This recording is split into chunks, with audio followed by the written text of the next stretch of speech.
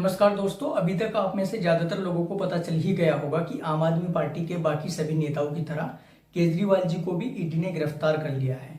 और ये गिरफ्तारी क्यों हुई है, वो उसकी सबसे बड़ी वजह यही है, जैसे कि ज्यादातर लोग जानते हैं ऑलरेडी पहले से, कि दिल्ली सरकार ने शराब की कुछ ऐसी नीतियां बनाई जिनकी वजह से ईडी की रडार पर वो शुरू से ही थे। और केजरीवाल जी की पार्टी के जो मुख्य नेता हैं, चाहे वो संजय सिंह हो, मनीष सिसोदिया हो या फिर जैन हो, वो लोग पहले ही जेल जा चुके हैं। लेकिन केजरीवाल जी काफी समय से बचते आ रहे थे, या फिर जो भी हो, जैसे भी हो, उनके खिलाफ कोई सबूत नहीं मिल पा रहा हो। लेकिन अभी बीते कल ही ईडी ने उनको भी गिरफ्तार कर लिया है। दोस्तों, केजरीवाल जी की गिरफ्तारी के बाद में लोगों के दिमाग में तरह तरह की बातें चल रही हैं।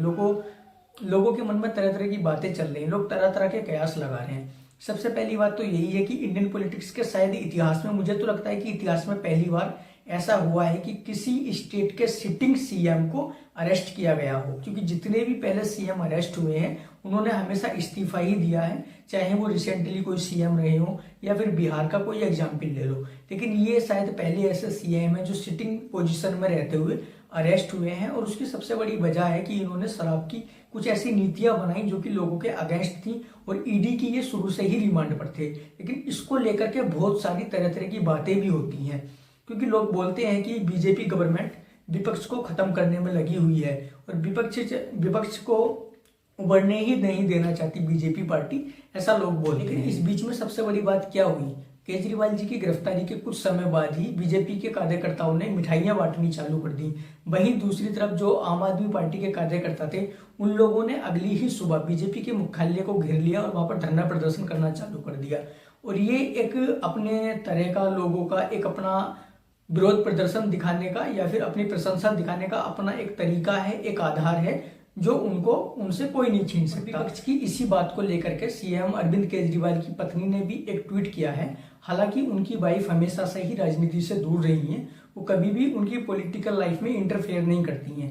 लेकिन केजरीवाल जी की गिरफ्तारी के कुछ समय बाद ही उनका ट्वीट आता है और वो सीधे मोदी जी पर बोलती हैं कि ये सब जो हो रहा है, ये सब विपक्षी पार्टियों को दबाने की कोशिश की जा रही है मोदी गवर्नमेंट के द्वारा। और साथ में ही दिल्ली की जनता समझदार है, वो देख रही है कि उनके नेता ने उनके लिए क्या करा है और उनके नेता के साथ में क्या करा जा रहा है। दोस्तों, यहाँ पर हर किसी के अपने विचार हैं। कोई बोल रहा है कि ये सब विपक्षी पार्टियों को दबाने के लिए किया जा रहा है। एक तरफ से ये भी खबर आ रही है कि बीजेपी गवर्नमेंट ने, या जो भी रूलिंग पार्टी है बीजेपी गवर्नमेंट ने, कांग्रेस के सभी अकाउंट्स को फ्रीज कर दिया है। उनके जितना भी चंदा था, जो भी लेन देन था, उसको फ्रीज कर दिया गया है। तो एक तरफ तो लोग बोल रहे हैं कि ये सब डिक्टेटरशिप चल रही है, तानाशाही चल रही है देश में।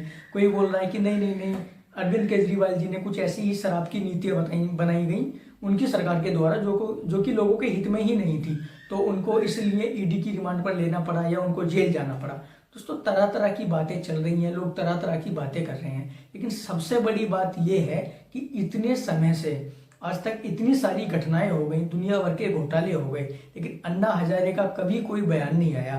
तुरंत अभी रिसेंटली कुछ समय पहले ही, शायद कल या परसों का ये इंटरव्यू होगा अन्ना हजारे का, जो कि किसी पत्रकार ने लिया था। उसमें वो बोल रहे हैं कि अरविंद केजरीवाल पॉलिटिक्स में कुछ ज्यादा ही अंदर तक घुसते चले गए और उन्होंने कभी हमारी बात नहीं मानी। ये बहुत पॉइंट की बात है, आप इसको नोट करना। अभी उनका ये रिसेंटली बयान आया है। दूसरी तरफ सत्यपाल मलिक जी का एक इंटरव्यू वायरल हो रहा है 2-3 महीने पहले का, जिसमें वो बोलते हैं कि मेरी बात को देख लेना, गांठ बांध लेना, कि लोकसभा इलेक्शन से ठीक पहले केजरीवाल को गिरफ्तार कर लिया जाएगा, उनको जेल में डाल दिया जाएगा। में भी उनके खिलाफ आरोप तो लग रहे हैं। दिल्ली में तो उनको मुझे लगता है बंद करेंगे इलेक्शन से पहले, तो उनको गिरफ्तार कर लेंगे 100%। तो इस तरीके की जितनी भी बातें निकल करके सामने आ रही हैं, इसके दो पहलू बनते हैं।